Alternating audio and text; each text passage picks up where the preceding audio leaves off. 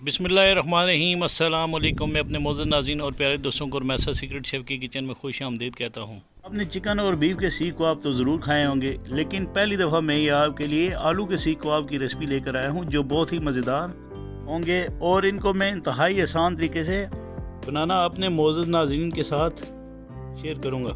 बस आपसे रिक्वेस्ट है, अगर आप मेरे चैनल पर नए हैं तो मेरे चैनल को सब्सक्राइब कीजिएगा, वीडियो को लाइक कीजिएगा और शेयर ज़रूर कीजिएगा।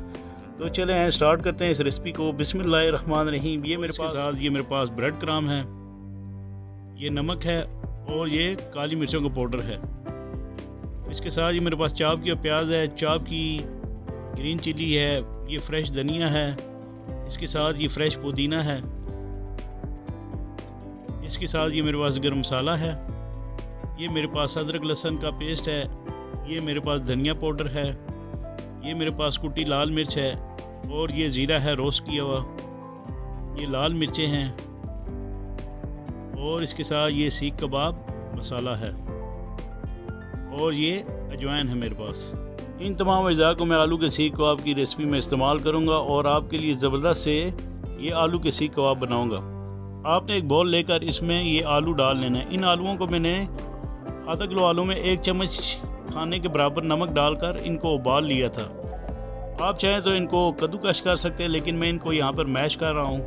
तो इसके बाद इन आलूओं में मैं चॉप किया हुआ प्याज 3/4 कप के बराबर ये डाल दूँगा और इसके साथ ये मेरे पास पुदीने के चॉप किए हुए पत्ते हैं, ये आधा कप के बराबर मैंने इसमें डालकर, ये ग्रीन चिली है 1 खाने के चम्मच के बराबर, ये आपने इसके अंदर डाल देनी है।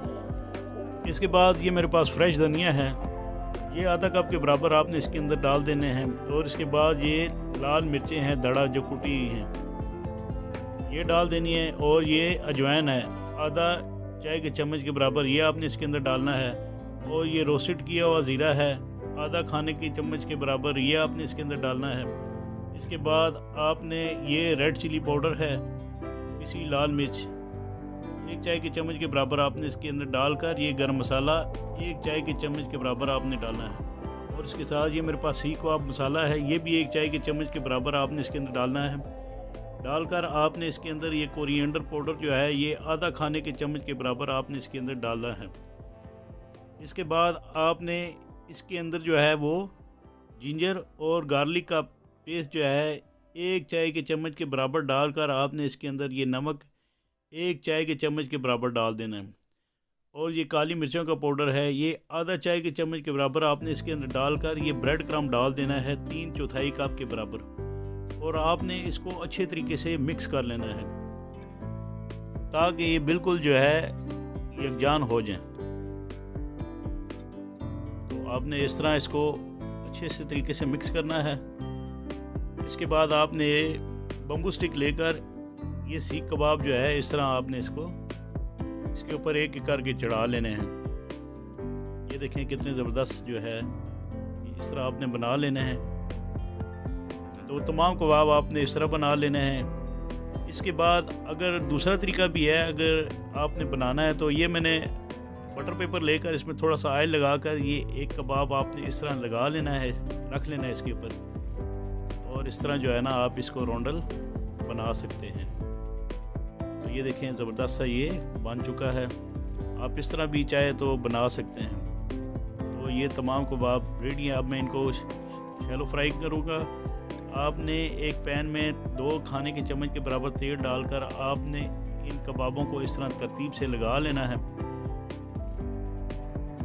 आपने तमाम कबाबों को हर साइड से जो है ना तकरीबन 5-5 मिनट तक अच्छे तरीके से पकाना है ताकि थोड़ा सा ये क्रिस्पी हो जाए इस तरह।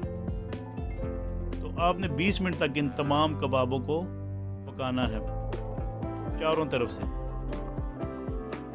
तो ये कबाब रेडी हो चुके हैं, मैं इनको अब एक एक करके उतार लूँगा। तो इंशाल्लाह मुझे उम्मीद है कि ये आपको मेरी रेसिपी पसंद आएगी। आप इसको घर में ज़रूर ट्राई कीजिएगा और ये देखें माशाल्लाह कितनी ज़बरदस्त मैंने इसकी प्रेजेंटेशन की है। तो इंशाल्लाह मुझे उम्मीद है कि आप इसको घर में ज़रूर ट्राई करेंगे और कमेंट्स बॉक्स में मुझे इसके कमेंट्स ज़रूर दीजिएगा। इसके साथ ही आपसे इजाज़त चाहता हूँ। अल्लाह ताला आपका आमीन नासिर।